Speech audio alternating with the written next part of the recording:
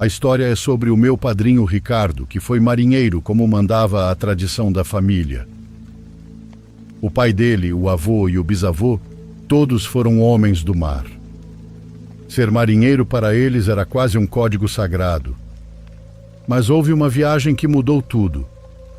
Aconteceu no Oceano Pacífico, uma travessia de 4 semanas. Quando voltou, meu pai disse que ele não parecia o mesmo homem. Estava magro, abatido, havia perdido uns 20 quilos e a pele parecia colada aos ossos. Meu padrinho contou tudo para meus pais. Disse que aquela viagem começou mal desde o início. Logo ao zarpar, o sistema de navegação apresentou falhas. O girocompasso se desconfigurou e o radar oscilava. Mesmo assim, fizeram o que podiam com o que tinham e seguiram viagem. Conforme os dias passavam, o mar começou a parecer errado. Não havia sol, mesmo durante o dia. O céu estava sempre cinzento, mas sem nuvens. Era difícil saber se era dia ou noite, pois o tempo parecia se distorcer.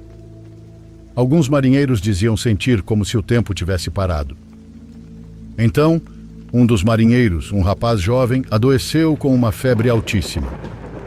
Sem médico a bordo e com poucos remédios, o rapaz morreu em menos de uma semana. Foi um golpe duro para todos. Guardaram o corpo em uma câmara fria com respeito para entregá-lo à família quando chegassem à terra. Mas aquilo foi só o início da tragédia. Os dias seguiram e as provisões começaram a desaparecer. Tinham calculado comida para mais de 4 semanas, mas de repente quase tudo havia sumido. Restavam apenas pão duro e algumas latas de sardinha. A fome começou a se espalhar. O ambiente ficou tenso, com brigas e discussões o tempo todo. Ninguém dormia direito. Muitos diziam sentir uma pressão no peito, como se algo os observasse debaixo d'água. Logo começaram as alucinações.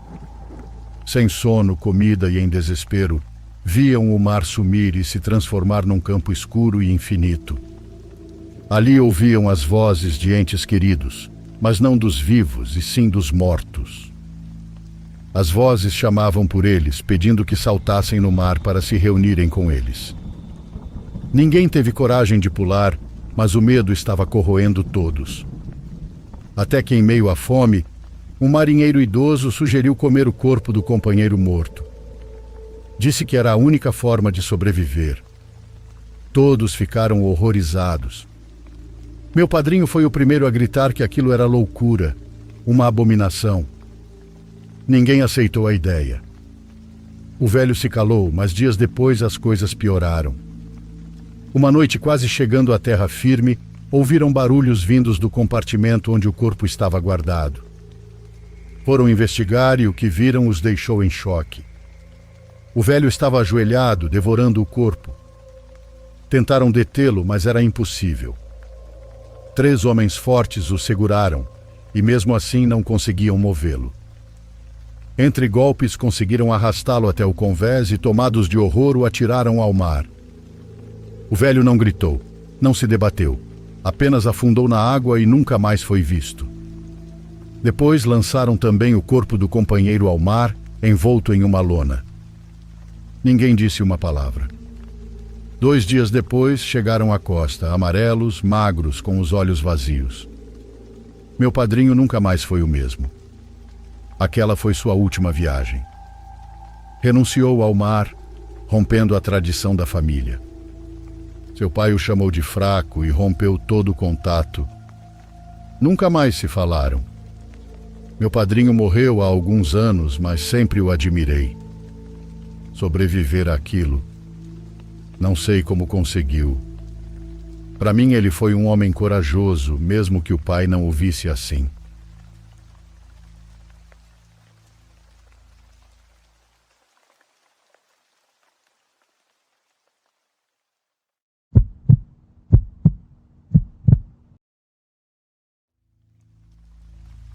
Gosto de histórias que são claras, que têm explicação e não deixam pontas soltas. Mas sabe, isso também tira um pouco da graça delas. ficam menos genuínas, como se tivessem sido maquiadas para se encaixar perfeitamente. Na vida real, as coisas não funcionam assim. Nem tudo tem explicação. Nem sempre dá para saber por que algo aconteceu ou quem fez. Às vezes só sobra o vazio do que você viu e nenhuma resposta que faça sentido. Eu tenho uma dessas histórias.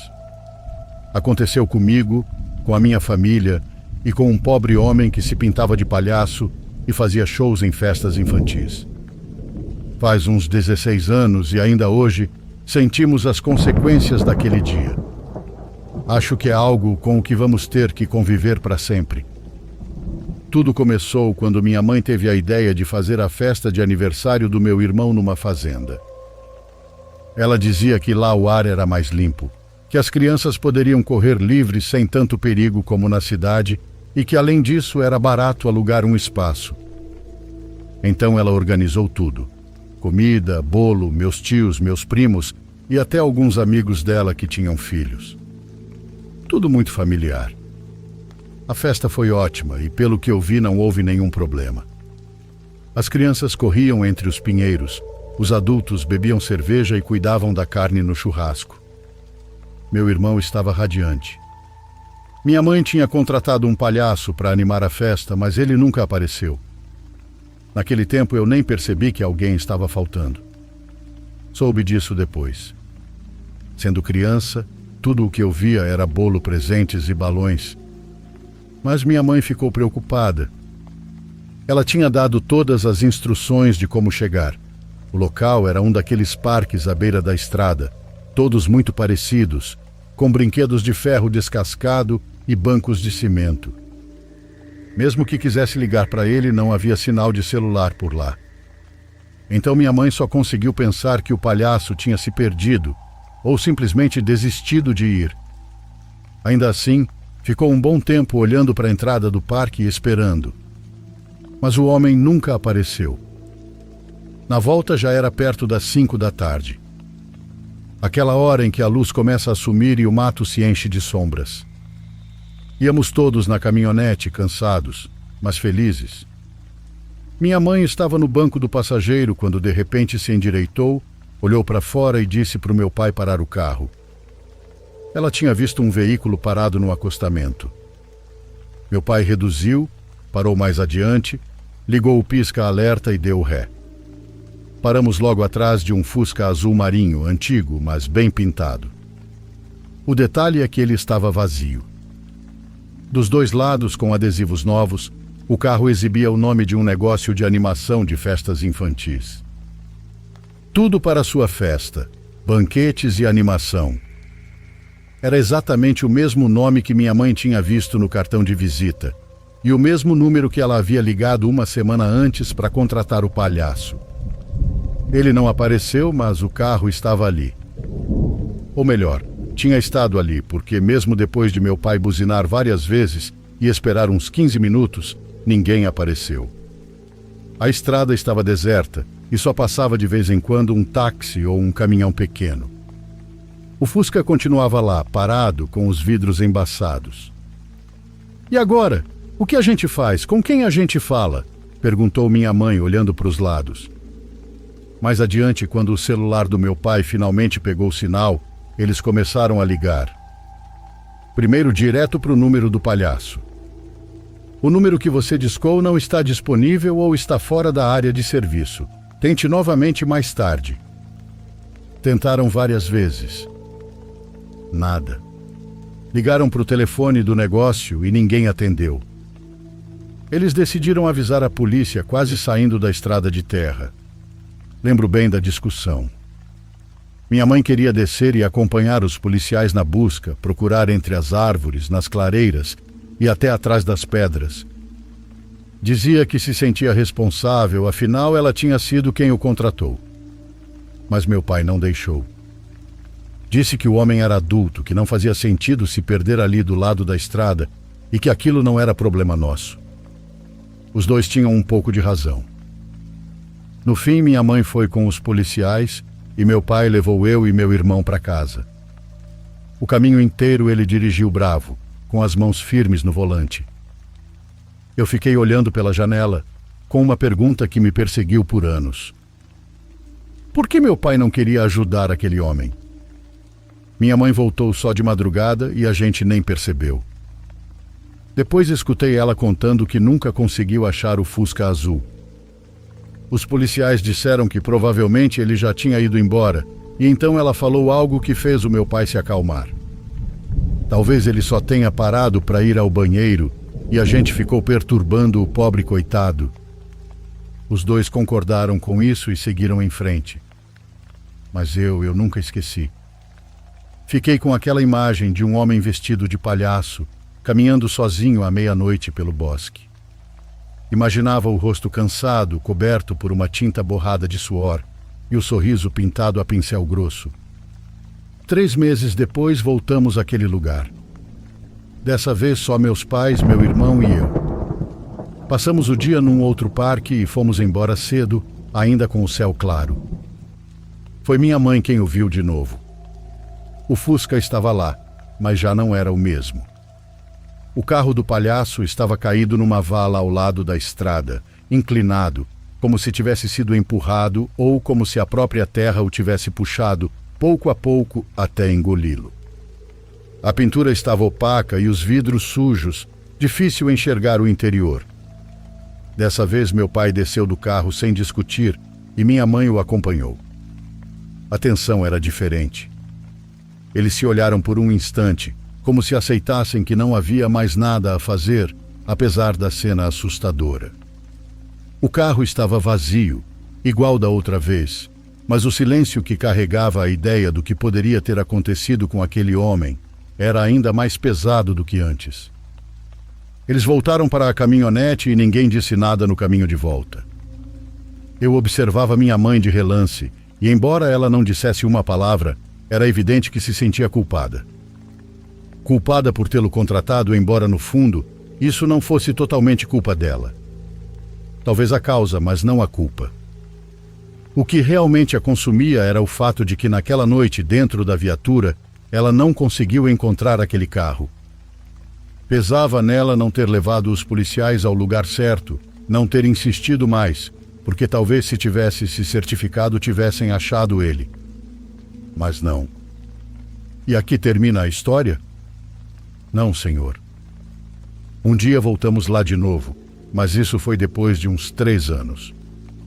O que te contei influenciou tanto minha mãe que deixamos de lado o costume de ir ao bosque nos fins de semana, respirar ar puro, como os pais dela faziam quando ela era criança. Quando voltamos, já estávamos maiores. Aí começamos a subir nas tirolesas e em tudo o que tinham colocado naqueles parques para atrair famílias. Fomos celebrar o aniversário de um dos meus primos. Só por um momento percebi que minha mãe sumiu por um tempo e meu pai também. Na verdade, eu estava tão entretido que só notei porque queria dinheiro para pagar mais meia hora na motinha. Quando voltávamos para casa, meu pai pediu à minha mãe que me contasse o que tinha visto. Dava para notar que ela não queria que aquilo ainda a pesava, mas no fim ela contou. Disse que quando foi aos banheiros, avistou entre as árvores um palhaço. Escondido, olhando para ela de longe. No começo sentiu medo, mas depois foi tomada por uma tristeza enorme, porque lembrou do homem que havia contratado para a festa do meu irmão. Nunca esqueci disso. Muitas vezes pensei onde aquele homem estaria agora. Ainda assim, minha mãe jurava ter visto com clareza que ele a olhava. Não sei de onde meu irmão tirou coragem, mas naquele momento ele disse: "Você não viu nada, é a culpa." Minha mãe ficou em silêncio. Meu pai o repreendeu, e eu só vi quando ela limpou uma lágrima. Sim, tinha sido a culpa. Pensei, mas não disse nada. Seguimos calados o resto do caminho. Assim como nossos pais nos levavam, agora nós herdamos o costume de levar nossos filhos até lá, quando não dá para sair da cidade por uma razão ou outra. Para respirarem ar puro, para esquecerem das telas, para voltarem a correr entre os pinheiros como nós corríamos naqueles campos abertos quando éramos crianças. Não sei se era essa culpa que minha mãe carregava pela desaparição daquele homem, mas na última vez que fomos lá, eu o vi. À distância, entre o mato fechado, estava parado um vulto branco e vermelho, encostado em um tronco, com o rosto mal distinguível. O vento balançava os galhos e parecia que a tinta brilhava, como se ele estivesse sorrindo para mim. Não ouvi nada. Nenhum galho quebrado, nenhum passo. Apenas o vi, parado, fixo, como um fantasma. Entrei na caminhonete sem dizer nada. Gostaria de dizer que também fui tomado pela culpa, não só a da minha mãe, mas a que todos carregamos desde aquele dia da festa, ainda que ninguém queira admitir. Talvez essa seja uma das tantas coisas que, sem querer, eu acabarei herdando aos meus filhos. É uma sensação estranha de que algo ficou em aberto naquele dia. Espero do fundo do meu coração que aquele homem não tenha sido morto naquele dia. Mas se isso realmente aconteceu, acho que ele pede socorro de alguma forma para nós. Há pouco tempo ouvi um relato, não sei se foi neste canal ou em outro, que falava sobre algo parecido. Foi isso que me encorajou a escrever esse relato. Sei que está mal escrito, mas gostaria que você me ajudasse e publicasse em seu canal diário. Um forte abraço a todos.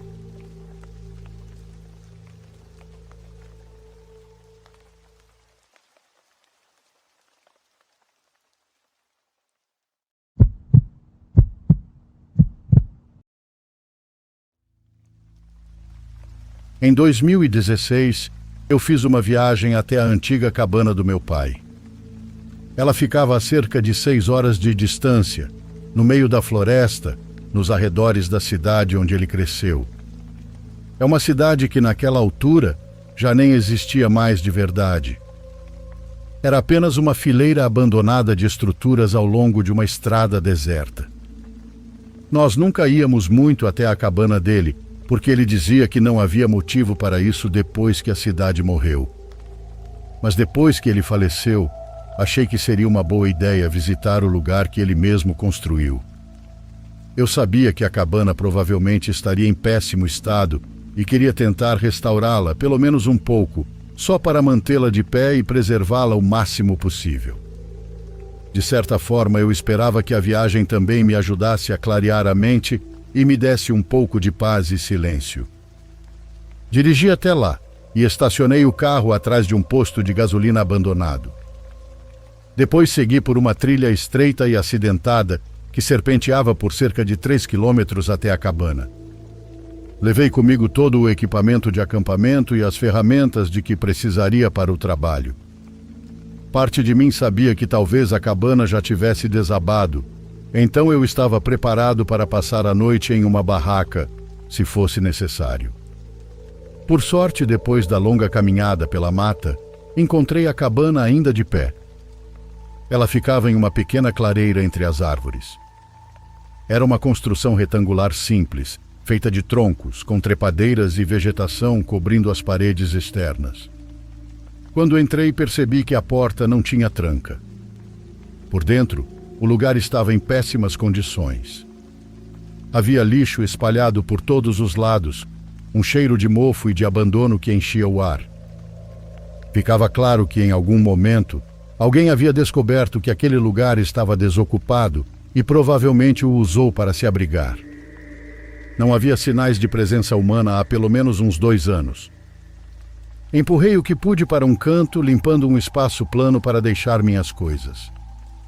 Com o sol já se pondo, desenrolei meu saco de dormir e decidi me acomodar ali mesmo. Devo mencionar que, embora eu não tenha visto nem ouvido nada estranho naquela noite, simplesmente não consegui dormir por mais de 30 minutos seguidos. Acordava o tempo todo com uma sensação estranha, difícil de explicar. Foi uma noite muito ruim. Levantei ao amanhecer, cansado, e me perguntando se aquela viagem tinha sido um erro. Usei meu fogareiro de acampamento para preparar um café e depois fui caminhar pela floresta para clarear as ideias. Ainda estava meio escuro, pois o sol apenas começava a surgir entre as árvores. Caminhei um pouco mais e encontrei um mirante em uma colina de onde dava para ver acima das copas das árvores. Pensei que seria um ótimo lugar para assistir ao nascer do sol, mas acabei encontrando outra coisa. De lá consegui ver a antiga cidade abandonada. Ela ficava bem distante, mas algo chamou minha atenção. Havia uma luz acesa. Parecia vir da janela de um dos prédios. De tão longe, não consegui distinguir se era uma casa, e 1 minuto depois a luz simplesmente se apagou. Isso me deixou um pouco preocupado com o carro, mas mais do que tudo, surpreso com o fato de haver alguém por ali. Pensei que talvez fossem exploradores urbanos visitando o local. Nada demais. Provavelmente uma coincidência. Fiquei sentado na colina por cerca de 1 hora, observando o sol nascer, e então voltei pela floresta para começar a trabalhar na cabana.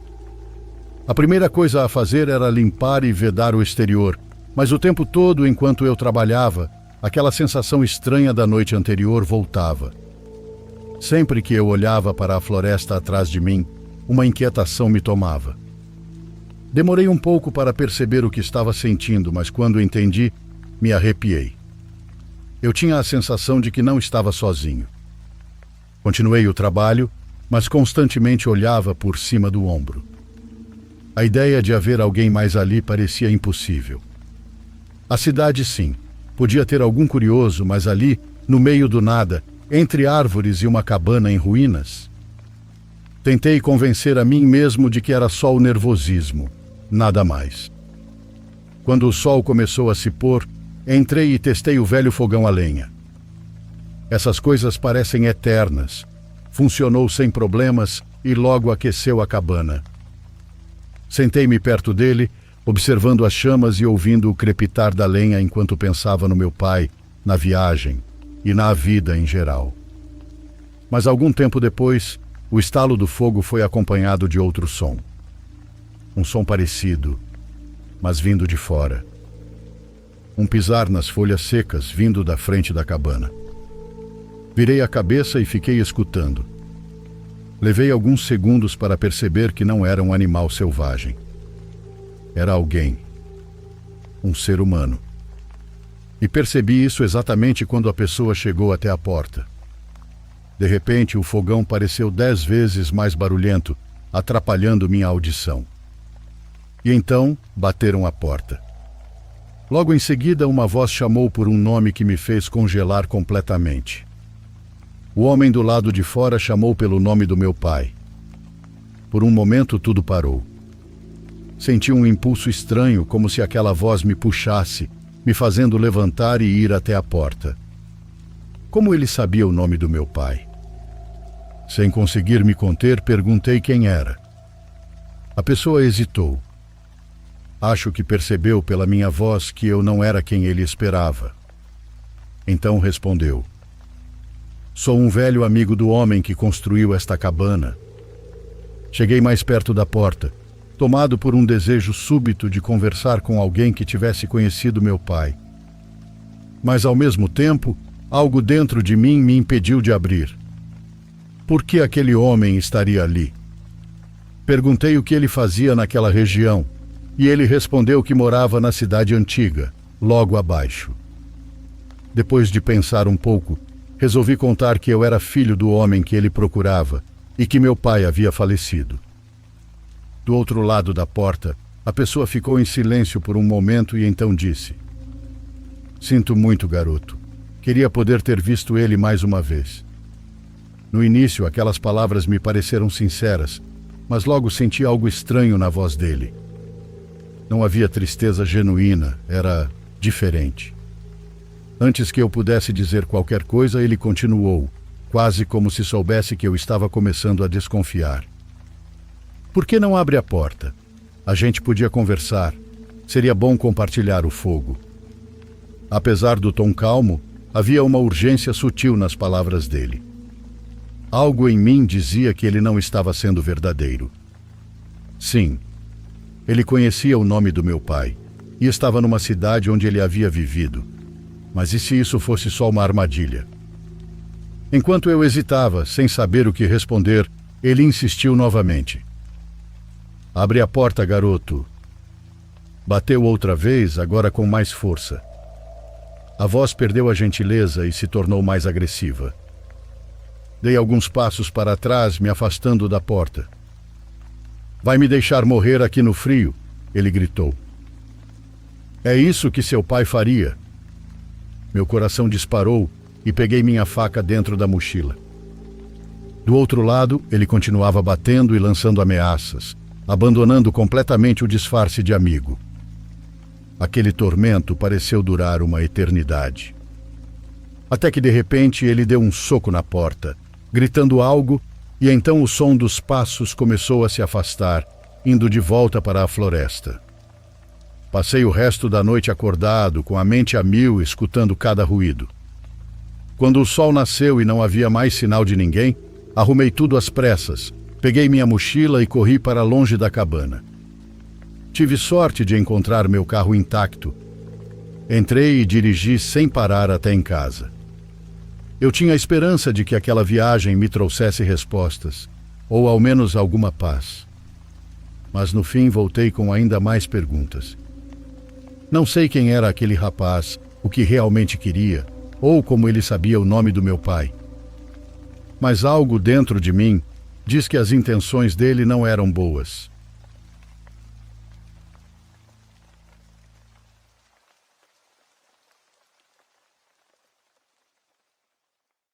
Por favor, curta e se inscreva se você estiver gostando. Agora continuamos.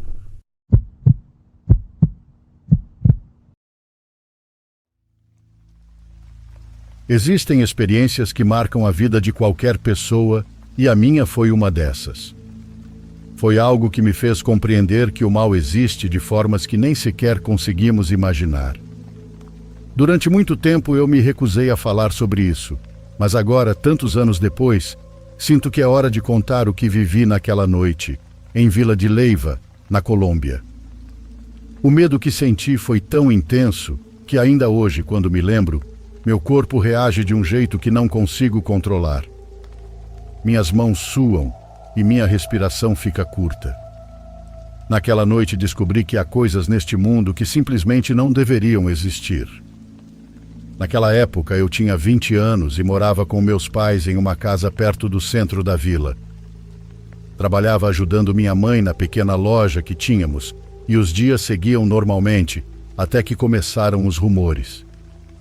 As pessoas comentavam em voz baixa sobre bruxas que rondavam à noite, atacando mulheres que não viviam de acordo com o que o povo considerava correto. Eu era uma dessas mulheres. Admito sem vergonha. Saía com homens, gostava de me divertir e não me importava com o que os outros pensavam de mim. Meus pais sabiam, mas nunca me julgaram. Os rumores se intensificaram quando uma mulher do vilarejo apareceu em casa, tremendo e chorando sem parar. Dizia que algo havia entrado em seu quarto durante a noite e a ameaçado. Ela não deu muitos detalhes, mas logo todos começaram a especular que se tratava de bruxas. Dias depois, outra mulher viveu algo parecido. E então o medo se espalhou entre todas nós. Tentei não pensar nisso, pois queria continuar com minha vida normalmente, mas por dentro algo me dizia que eu devia ter cuidado. Lembro que certa vez meu pai me advertiu. O melhor é ficar em casa depois das 6 da tarde. Não quero que te aconteça nada ruim. Havia preocupação genuína em seu olhar. Eu obedeci por alguns dias, mas depois voltei a sair. Não iria deixar que o medo me trancasse dentro da minha própria casa. Uma noite saí com um rapaz de quem eu gostava muito. Não queria perder tempo com ele por causa de rumores que talvez nem fossem verdade. Mas ao final daquela noite, aconteceu o impensável.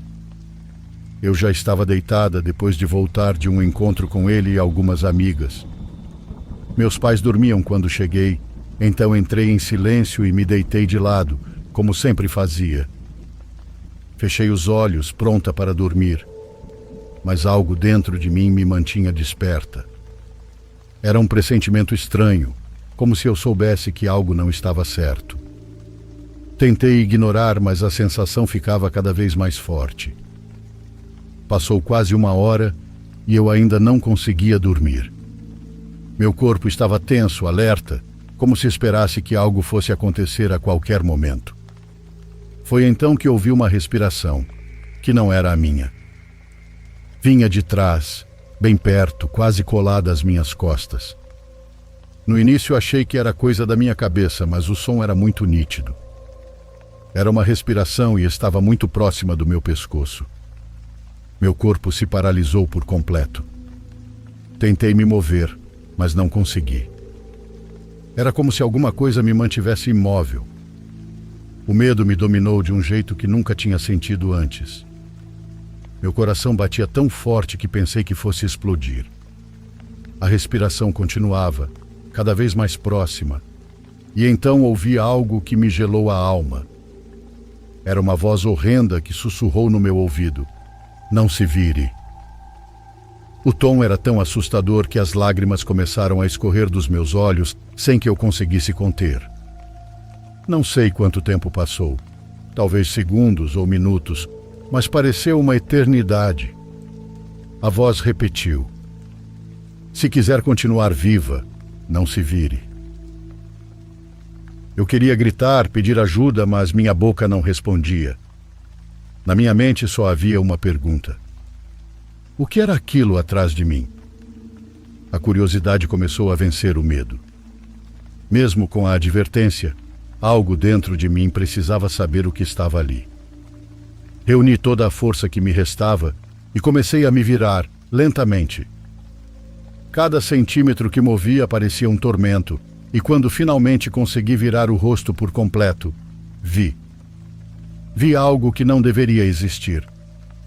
Era uma mulher, ou pelo menos tinha forma feminina, mas sua aparência era a coisa mais horrível que já vi na vida. Sua pele tinha um tom esverdeado que parecia brilhar. Os olhos eram o pior. Brilhavam com uma luz amarelada, como se pudessem atravessar minha alma. O cheiro era insuportável, como de carniça pura. Tentei gritar, mas nada saiu. Ela se aproximou ainda mais, e sua respiração quente bateu no meu rosto. Naquele instante tive certeza de que minha vida chegava ao fim. Senti que aquela coisa ia me fazer algo terrível. Depois disso, não lembro de mais nada. Devo ter desmaiado. Quando acordei, os primeiros raios de sol entravam pela janela. Meu corpo estava encharcado de suor e doía inteiro.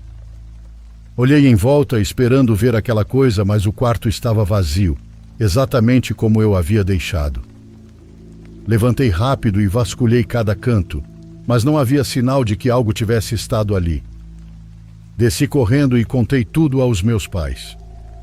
Minha mãe ficou pálida e meu pai cerrou os punhos com força. Eles acreditaram em mim imediatamente. Naquele mesmo dia, meu pai reuniu outros homens da vila, e foi então que descobrimos que eu não tinha sido a única. Outras 3 mulheres também foram visitadas naquela mesma noite. Todas descreveram a mesma criatura horrenda. O pânico tomou conta do povoado. Decidiram que era preciso agir antes que as coisas piorassem. Durante 2 meses vivi com medo constante. Todas as noites temia que aquela coisa voltasse. Meu pai chegou a dormir numa cadeira ao lado da minha cama e, felizmente, ela nunca mais apareceu. Os eventos aterrorizantes cessaram completamente, como se nunca tivessem acontecido. Mas eu nunca esqueci aquela noite. Mesmo morando em outro lugar, ainda lembro da voz fria sussurrando: "Não se vire." Aprendi que existem coisas neste mundo que é melhor nunca conhecer.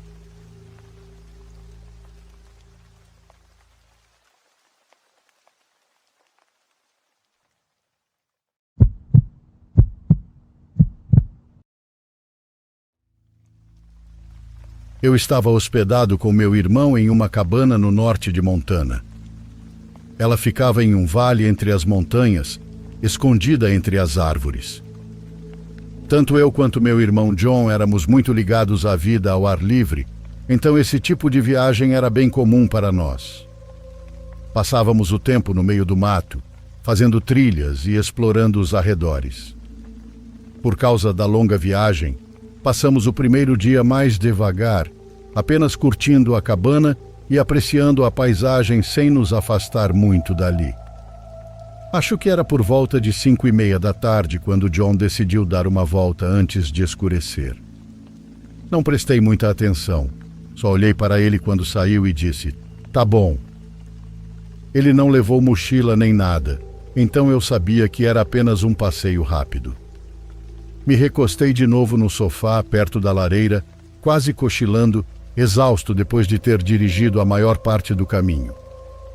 Mas a cabana foi ficando cada vez mais escura, à medida que o sol desaparecia atrás das montanhas. Quando percebi que só a lareira iluminava o interior, me dei conta de que John ainda não tinha voltado, e obviamente já estava escuro demais para andar por ali sem nenhum equipamento. Levantei rápido, peguei minha mochila de dia com uma lanterna de cabeça e outra de mão, e saí para ter certeza de que ele estava bem. A primeira coisa que pensei foi que estávamos em área de ursos, e fiquei nervoso com a possibilidade dele ter encontrado um. Mas conforme avancei mais fundo pela trilha, meu nervosismo começou a mudar de direção. Eu sentia uma sensação ruim, que me fazia olhar várias vezes por cima do ombro, como se estivesse esperando ver alguém ali. Mas não vi nada. Depois de uns 10 minutos pela trilha, avistei ele vindo na minha direção. Ele parecia inquieto. Não estava correndo, mas se movia rápido, como se estivesse tentando se afastar de alguma coisa. Nós dois começamos a falar ao mesmo tempo. Eu tentando perguntar o que estava acontecendo e ele tentando me dizer para voltar para a cabana. No fim, só aceleramos o passo de volta até chegarmos dentro de casa. Lá, ele me contou que tinha visto alguém observando-o entre as árvores. John disse que o sujeito parecia muito estranho, e conforme ele seguia pelo caminho, o homem parecia estar o seguindo. Ele achou que se voltasse para a cabana ainda com luz do dia, o cara poderia segui-lo, então esperou escurecer.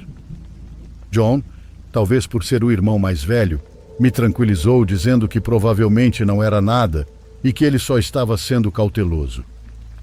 Eu confiei nele e tentei não me preocupar. Provavelmente o cara que ele viu tinha alguma cabana nas redondezas ou estava apenas fazendo trilha. Jantamos e depois ficamos sentados na varanda, ao lado de uma fogueira pelo resto da noite. Acho que nós dois estávamos no fundo vigiando para ver se alguém nos observava, mas nenhum de nós admitiu isso. As montanhas foram ficando cada vez mais silenciosas com o passar das horas. Conversamos em volta do fogo até tarde, depois entramos e dormimos até de manhã. Depois de um café da manhã rápido, arrumamos nossas mochilas e saímos para fazer a trilha principal da região, subindo até o pico de uma das montanhas. Foram cerca de 6 horas de caminhada. Ficamos exaustos.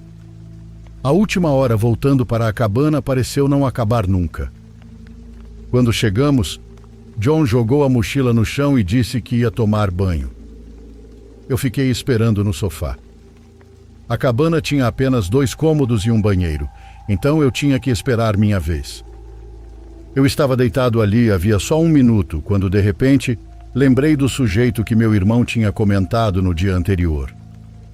Levantei e olhei pelas janelas, quase esperando vê-lo do lado de fora.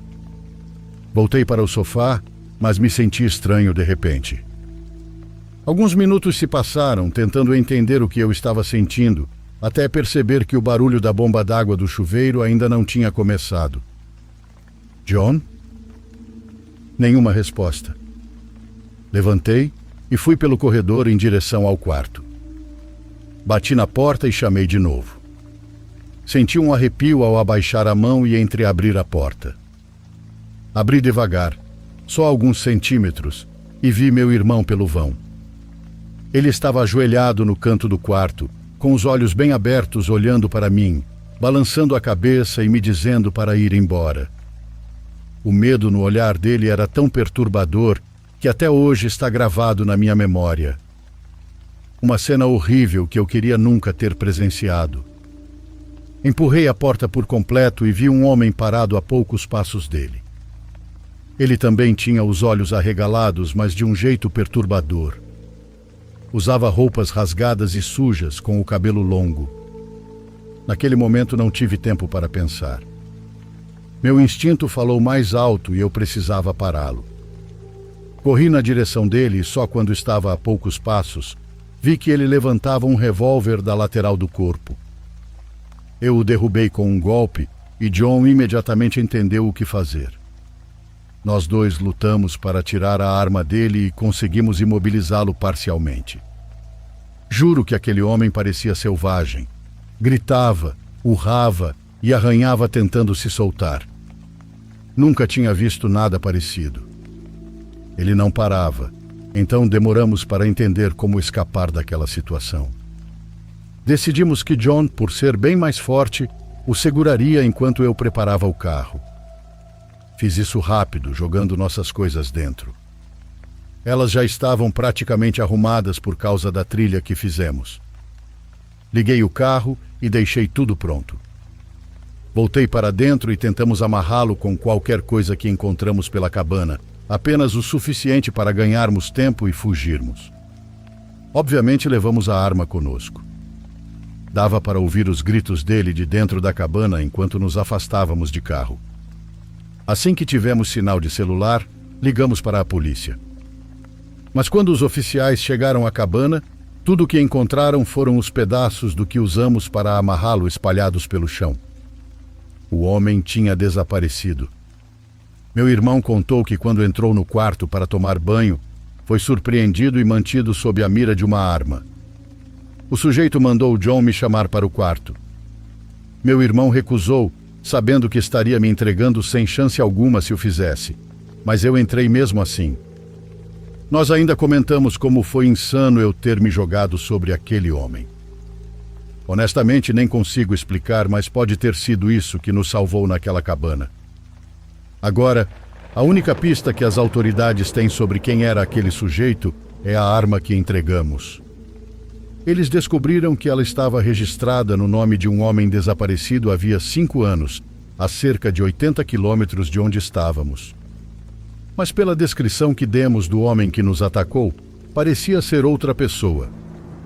Isso nos faz acreditar que quem quer que tenha nos atacado também atacou o dono original da arma, transformando-o em mais um desaparecido.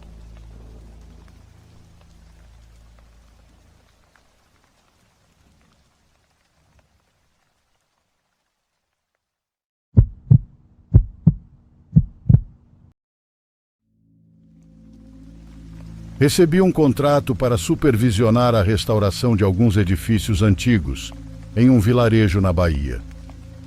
A empresa que me contratou insistia que o local tinha grande valor histórico, apesar de ser remoto e não constar em mapas ou guias oficiais. Disseram que era importante restaurar as construções para preservá-las antes que se deteriorassem ainda mais. Aceitei o trabalho devido ao pagamento atrativo e a oportunidade de trabalhar com edifícios coloniais que precisavam urgentemente de atenção. Depois de algumas horas dirigindo por caminhos estreitos, cheguei ao local. As casas tinham uma arquitetura colonial bem conservada. As ruas eram de pedra e havia uma praça central com uma igreja do século retrasado. Tudo apresentava um evidente valor histórico para a restauração. Desde o início, notei algo fora do comum. Os moradores pareciam amigáveis, mas também confusos. Perguntava-lhes sobre a história do lugar ou detalhes dos edifícios, mas suas respostas eram evasivas e muitas vezes contraditórias. Alguns diziam viver ali a vida toda, mas não conseguiam dar detalhes claros sobre suas famílias ou sua história. Tentei trabalhar normalmente, mas a sensação de estranheza persistia. Embora me concentrasse em reparos simples, como restaurar fachadas e reforçar estruturas, não podia ignorar os sinais de que algo estava profundamente errado. Os edifícios que precisavam de restauração pareciam mudar de aparência sem motivo, e os moradores continuavam a agir de maneira estranha. Na tarde do primeiro dia de trabalho, Tentei retornar à estrada principal para comprar materiais em uma loja de ferragens próxima. Segui o mesmo caminho pelo qual tinha chegado, mas depois de quase 1 hora dirigindo, percebi que não conseguia sair do lugar. O caminho parecia se repetir, e por mais que tentasse outras rotas, sempre acabava no mesmo ponto de partida, a praça central. Conversei com alguns moradores sobre o que estava acontecendo, mas eles pareciam despreocupados. Diziam que quase nunca saíam e não entendiam por que eu queria ir embora. Depois de algumas horas no vilarejo, comecei a perceber que o tempo não avançava normalmente. O relógio marcava as horas, mas parecia que nada realmente acontecia. Os moradores seguiam suas rotinas, sempre iguais. Não havia veículos, comércio ou qualquer atividade que indicasse conexão com o mundo exterior. No final do primeiro dia, a sensação de estar preso se tornou insuportável. Decidi partir sem olhar para trás. Entrei na minha caminhonete e comecei a dirigir sem rumo, determinado a não parar até sair daquele lugar. Depois do que pareceram apenas alguns minutos, finalmente cheguei à estrada principal. Dirigi sem parar até chegar ao centro de Andaraí, e quando contei minha história, ninguém conhecia o vilarejo de que eu falava, e quando tentei retornar, o caminho já não existia. Tudo o que vivi lá foi real para mim, mas não há nenhuma prova tangível de sua existência. Decidi não insistir mais. Fui embora e nunca mais procurei aquele lugar.